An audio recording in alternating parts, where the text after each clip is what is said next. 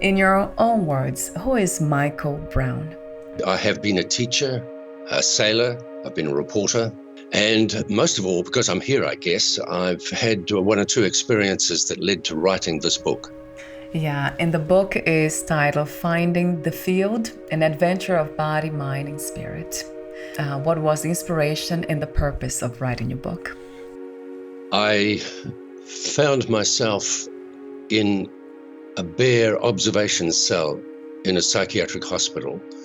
I was naked, there was nothing in the cell whatsoever, and there was a tall viewing window where the observers with white coats had their heads stacked one on top of the other. It was a very narrow window, and it was without doubt the lowest point in my life.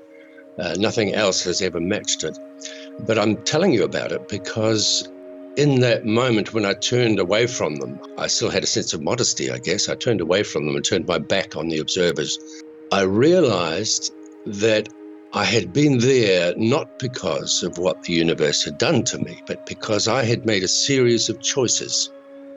And that was the traditional light bulb moment. It was a turning point for me. So I worked on that. I started making choices actively and got myself out of that psychiatric hospital in about 3 months.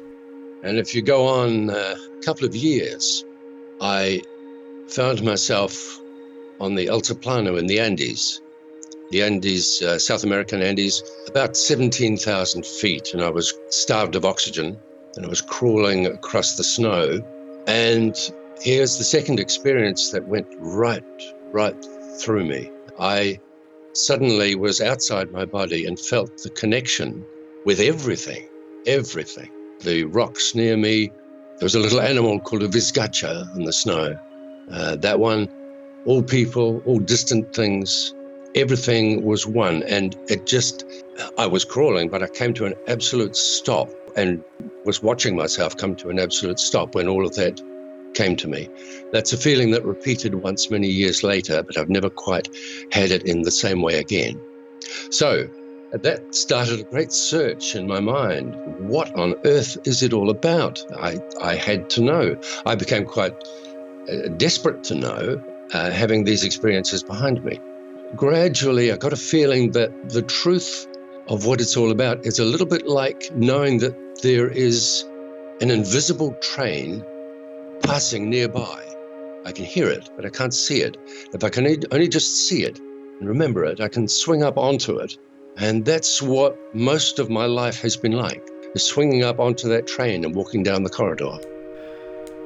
And would you say that the reason for us to make bad choices, because I made tons of them too, would you say that's the disconnection with the oneness of everything that there is?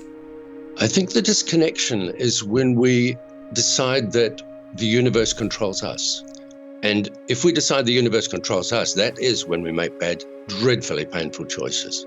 It's only when we feel that connection that I described on the Altiplano in the Andes, it's only when we feel that kind of connection where we can really take a positive stance on making our decisions, making our choices, on our thoughts, on our attitudes, and start even looking at the deep beliefs that are driving us. Are they doing anything for us? Are they doing us any good? We can change those by changing our thoughts.